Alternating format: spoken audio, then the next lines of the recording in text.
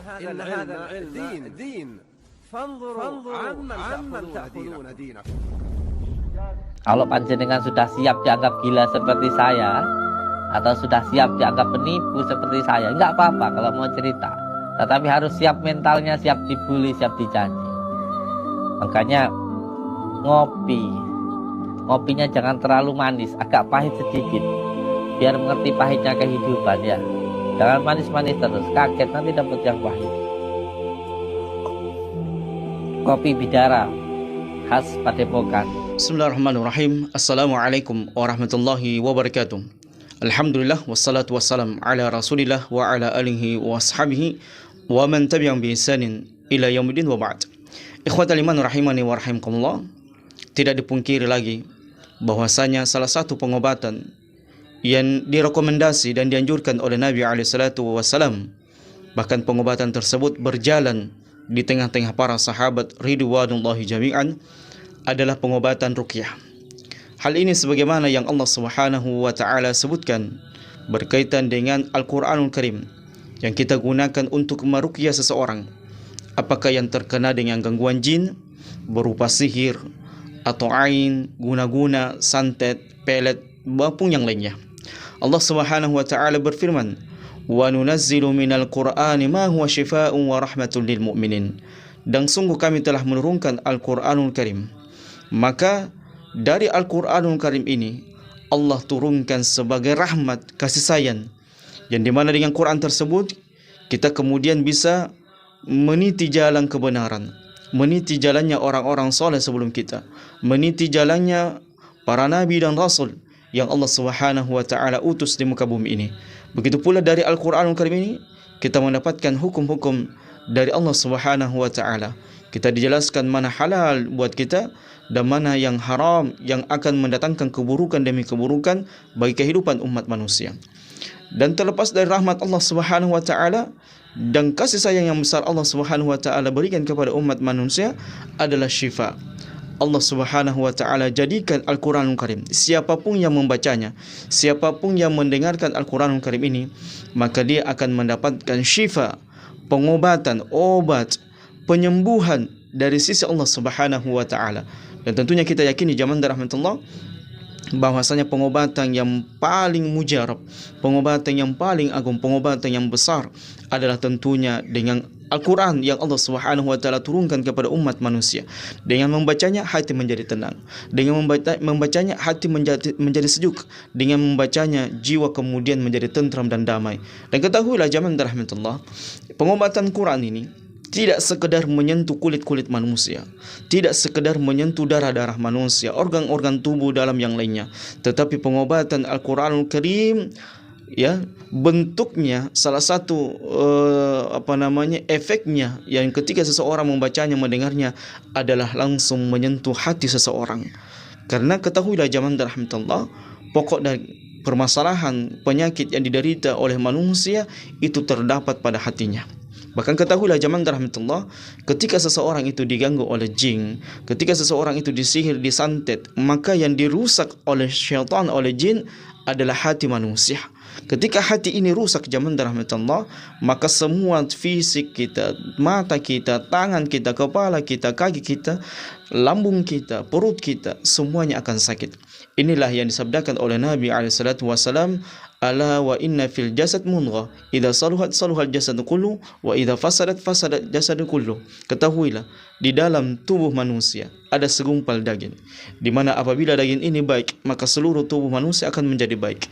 Dan apabila segumpal daging ini menjadi rusak, maka seluruh tubuh manusia akan menjadi rusak. Dan ketahuilah zaman rahmatullah, segumpal daging tersebut adalah hati. Dan ini adalah pengobatan yang sangat luar biasa zaman rahmatullah yang Allah Subhanahu wa taala turunkan untuk umat manusia, yaitu Al-Qur'anul Karim. Dengan membacanya, dengan mendengarnya, maka hati akan menjadi tentram, hati akan menjadi damai. Ketika hati menjadi tentram, ketika hati menjadi damai zaman rahmatullah, itu adalah merupakan kekuatan besar bagi seseorang untuk menuju kesembuhan. Maka ruqyah zaman rahmatullah dari zaman ke zaman, suatu ketika ada seseorang wanita datang kepada Nabi SAW, di mana wanita tersebut sering meruqyah seseorang dari penyakit ain. Maka Nabi SAW menyampaikan, mengajarkan dan mengarahkan dan kemudian membenarkan bahwasanya tidak mengapa ruqyah yang kau lakukan selama tidak ada kesyirikan di dalamnya, selama tidak ada jampi-jampi kesyirikan, selama tidak ada dalam hati bersandar selain daripada Allah Subhanahu wa taala. Dan harus diyakini bahwasanya pengobatan ruqyah yang kita lakukan itu hanya wasilah syariat, wasilah yang dihalalkan oleh Allah Subhanahu wa taala. Adapun yang tetap menyembuhkan dialah Allah Subhanahu wa taala. Dan ketahuilah jemaah rahmat Allah, ketika penyakit datang dari sisi Allah sebagai ujian untuk manusia, dan ketika kita meyakini bahwasanya juga kesembuhan datang dari sisi Allah, maka tentunya jangan mengambil kesembuhan dari jalan yang dibenci dan tidak diridhoi oleh Allah Subhanahu wa taala dengan jalan-jalan kesyirikan. Jemaah rahmatullah, satu ketika juga ada sekelompok para sahabat ridwanullah jami'an, kemudian mereka berjalan hingga melewati sebuah kampung, di mana kemudian para sahabat tersebut berada di malam hari, dan mereka harus menginap, dan kemudian mereka harus makan, dan mereka meminta penduduk kampung tersebut untuk menjamu mereka, akan tetapi mereka tidak dijamu. Akhirnya para sahabat menepi di sebuah lembah, hinggalah kemudian pemimpin kampung tersebut itu terserang sebuah penyakit. Akhirnya mereka bertanya satu sama yang lainnya siapa yang bisa menyembuhkan kepala sukunya, dan kemudian di antara mereka ada yang menyarankan agar pergi ke sekelompok manusia, itulah para sahabat, untuk meminta apakah di antara mereka ada yang bisa menyembuhkan, ada di antara mereka tabib. Akhirnya para sahabat ridwanullah jami'an menyanggupi permintaannya, tetapi dengan syarat mereka harus memberikan onta kambing sekian-sekian. Akhirnya mereka pun menyanggupinya. Naam, kalau antum semuanya bisa menyembuhkan pemimpin kabilah kami, maka kami akan memberikan apa yang kau minta. Akhirnya para sahabat ridwanullah jami'an ini hanya membacakan surah Al-Fatihah. Kemudian diberikan air minum, kemudian diminumkan kepada si pemimpin kabilah tersebut, kemudian dia meminumnya, dan dengan izin Allah Subhanahu wa taala tentunya, maka pemimpin kabilah tersebut sembuh dengan izin Allah Subhanahu wa taala. Kemudian mereka diberikan sesuai dengan permintaan dan perjanjian yang telah mereka lakukan. Akhirnya hal tersebut terdengar oleh Nabi SAW. Maka kemudian Nabi SAW hanya tersenyum dan tertawa, dan kemudian Nabi SAW mengatakan, siapa yang mengajari kalian kalau surah Al-Fatihah itu bisa memberikan kesembuhan dengan izin Allah Subhanahu wa taala. Maka zaman dalam Allah Subhanahu wa taala, hukum asal meruqyah seseorang itu maka boleh-boleh saja, ya, memberikan pertolongan dengan pengobatan ruqyah.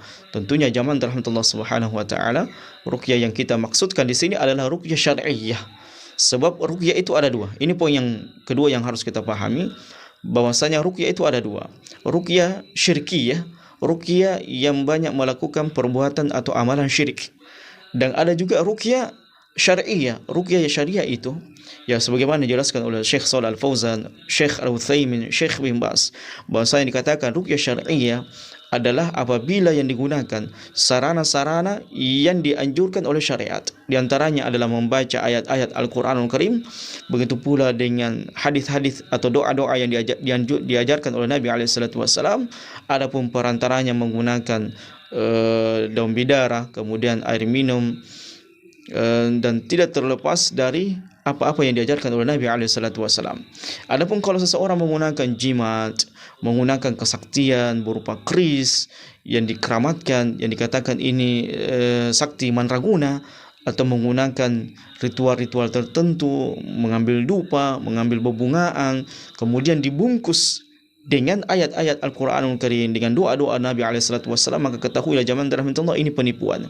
Ini adalah merupakan dukun yang berkedok agama.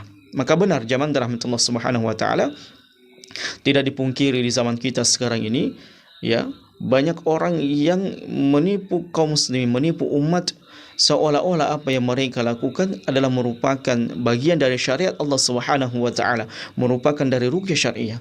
Padahal kalau kita ingin melihat apa yang mereka lakukan adalah merupakan perbuatan-perbuatan syirik, sebagaimana yang banyak dilakukan oleh sekarang ini. Ya, bukan di zaman kita saja sekarang ini zaman rahmatullah, tetapi sudah sejak dahulu pengobatan-pengobatan yang berkedok padepokan, pengobatan-pengobatan yang berkedok pesantren, pengobatan-pengobatan yang berbentuk kewalihan, sufisme dan hal-hal yang lainnya menggandakan uang. Ini sudah banyak zaman rahmatullah penipu-penipu seperti ini. Dan umumnya dan lazimnya mereka melakukan hal tersebut imma dengan bantuan jin atau imma dengan trik-trik sulap yang sudah banyak dibongkar oleh sebagian manusia yang lainnya. Maka ini tentunya zaman rahmatullah subhanahu wa ta'ala menunjukkan bahwasanya kaum muslimin sekarang ini krisis akidah, krisis panutan. Dengan siapa dia kemudian mengambil agama, dengan siapa dia kemudian berguru, dengan siapa mereka kemudian bertanya. Ini pentingnya zaman rahmatullah dai du'atus sunnah menjelaskan kepada kaum muslimin penyimpangan-penyimpangan dukun yang berkedok agama, penipu-penipu yang ingin menguras harta kaum muslimin dengan jualan ini adalah merupakan agama, kesaktian. Ketahuilah zaman rahmatullah. Poin yang ketiga yang kita sampaikan bahwasanya tidak ada manusia yang sakti. Ya, kalaupun dia mengatakan saya ini wali, kemudian dia bisa menampakkan hal-hal yang menakjubkan manusia. Ketahuilah zaman rahmatullah, imma itu adalah bantuan jin atau itu adalah merupakan trik sulap yang sudah banyak dibongkar. Karena ketahuilah zaman rahmatullah, tidak ada manusia yang sakti, tidak ada manusia yang seketika itu bisa mendapatkan ilmu panuragan, ilmu kejawenan, ilmu laduni, ilmu Nabi Khidir. Semuanya dusta zaman rahmatullah. Saya teringat sebuah kisah, wallahu alam apakah Umar Ibn Khattab radhiyallahu taala anhu atau sahabat yang lainnya, di mana zaman rahmatullah pada saat itu ada seorang penyihir dukun yang juga suka melakukan trik-trik sulap. Ketika orang ini, sebagian orang mengatakan, "Wih, hebat sekali, luar biasa sekali, sakti sekali." Akhirnya ada seorang sahabat yang datang kemudian langsung menebas leher dukun tersebut. Kemudian dia mengatakan kalau dia sakti maka dia bisa menghidupkan dirinya sendiri. Ketahuilah zaman rahmatullah, pembuktian yang seperti ini sudah banyak dilakukan oleh orang-orang soleh sebelum kita terhadap dukun yang mengatakan diri mereka sakti, terhadap tukang sihir yang berkedok agama, yang berkedok spiritual. Itu sudah banyak dilakukan oleh orang-orang sebelum kita. Dan untuk pembuktiannya adalah mereka ditebas leher mereka, dukun ini, dukun yang berkedok agama ini, dukun yang berkedok kesaktian ini. Dan ketika mereka ditebas, maka sahabat atau orang-orang soleh sebelum kita yang menebas orang tersebut, dia mengatakan kalau orang ini sakti, tentunya dia bisa menghidupkan, mengembalikan tubuhnya yang sudah terpotong. Dan tidak ada zaman rahmatullah. Maka artinya apa? Dukun itu pendusta, sebagaimana yang disampaikan oleh Nabi SAW. Dukun itu ya banyak kemudian mengambil informasi dari jin, satu kebenaran namun dibungkus 100 kedustaan. Namanya dukun zaman rahmatullah. Ya, dukun itu apa saktinya dukun? Apa saktinya orang-orang paranormal atau abnormal atau orang-orang yang nampaknya itu adalah seorang guru, seorang kiai, seorang ustadz, seorang habaib, seorang wali dan sebagainya. Apa hebatnya dia? Toh kalau dia misalnya mampu memberikan kekayaan seseorang, kenapa dia tidak kaya dahulu? Kalaupun dia bisa menyembuhkan orang, kenapa harus ada dia yang sakit? Ya, kenapa dia ketika dia sakit dia ke rumah sakit? Kan ada zaman rahmatullah orang-orang yang seperti ini. Maka zaman rahmatullah subhanahu wa ta'ala, yang keempat nasihat bagi kaum muslimin yang sementara sakit, yang sementara mungkin menderita sebuah penyakit yang tidak kunjung sembuh, maka jangan berputus asa dari rahmat Allah subhanahu wa ta'ala. Sakit itu zaman rahmatullah adalah merupakan rahmat, salah satu bentuk kasih sayang yang Allah subhanahu wa ta'ala berikan kepada umat manusia. Dengan sakit tersebut Anda mendapatkan pahala yang berlipat ganda yang tidak terbatas di sisi Allah subhanahu wa ta'ala. Dengan sakit tersebut Allah ingin memberikan Anda sebuah tempat dalam surga Allah subhanahu wa ta'ala. Dengan sakit tersebut Allah ingin mengangkat derajat-derajat Anda yang sangat agung di sisi Allah subhanahu wa ta'ala, dalam surga Allah subhanahu wa ta'ala. Kemudian yang terakhir zaman rahmatullah yang bisa kita sampaikan, bahwasanya kaum muslimin sekarang ini krisis panutan, krisis dengan siapa dia mengambil mempercayai seseorang. Maka tidak usah kita ada pesulap merah, pesulap biru, pesulap hitam, tidak usah zaman rahmatullah. Toh syarat ini sudah sempurna, sudah paripurna, penjelasannya sudah sangat jelas dari Al-Qur'anul Karim. Begitu pula dengan sunnah-sunnah Nabi alaihi salatu wassalam. Kemudian ustaz-ustaz kita yang menyampaikan bagaimana sesatnya perdukunan, bagaimana haramnya perdukunan. Tidak usah lagi kemudian kita takjub dengan pesulap-pesulap apapun bentuknya zaman rahmatullah yang banyak menyimpang, yang banyak menyelisihi syarat-syarat Allah Subhanahu wa taala. Tidak usah zaman rahmatullah kita kemudian terlalu parno dengan orang-orang seperti ini yang tidak di atas bimbingan sunnah Nabi alaihi salatu wassalam, yang tidak sesuai dengan apa yang Allah Subhanahu wa taala. Ketahuilah zaman rahmatullah, dakwah ini ada tauqifiyah. Dakwah ini sangat jelas. Tidak usah kita mengambil dari sisi-sisi orang yang kita takjub dengannya, yang dia pandai mengungkap trik-trik sulap tertentu. Tidak usah zaman rahmatullah. Cukup kita bernandaskan Quran dan sunnah Nabi alaihi salatu wassalam. Karena jangan sampai syaitan menggelincirkan kita dari pintu ini. Mungkin kita tidak tergelincir dari pintu ini, tapi kita tergelincir dari pintu ini, yaitu membenarkan trik-trik apa dari orang yang tidak memahami agama, trik-trik dari orang yang tidak berlandaskan atau berdasarkan Quran dan sunnah Nabi alaihi salatu wassalam. Maka cukupkan diri kita dengan Quran dan sunnah Nabi alaihi salatu wassalam. Kita yakini apa yang Allah Subhanahu wa taala firmankan dalam Quran, begitu pula dengan sunnah Nabi alaihi salatu wassalam, dengan keberadaan orang-orang para pendusta, para pendukun yang berkedok agama ini, yang ingin merusak akidah kaum muslimin, yang ingin merusak ibadah kaum muslimin dengan keyakinan-keyakinan tertentu, dengan cerita-cerita dusta, cerita-cerita dongeng dan sebagainya. Maka kita berlindung kepada Allah Subhanahu wa taala. Inilah pentingnya zaman rahmatullah kita menuntut ilmu, kita belajar, kita kembali bertanya kepada ustaz-ustaz yang benar akidahnya, yang benar agamanya, yang benar dakwahnya, yang berdasarkan dengan Quran dan sunnah Nabi alaihi salatu wassalam. Demikianlah zaman rahmatullah sedikit yang kita bahas berkaitan dengan hal-hal perdukunan dan sebagainya.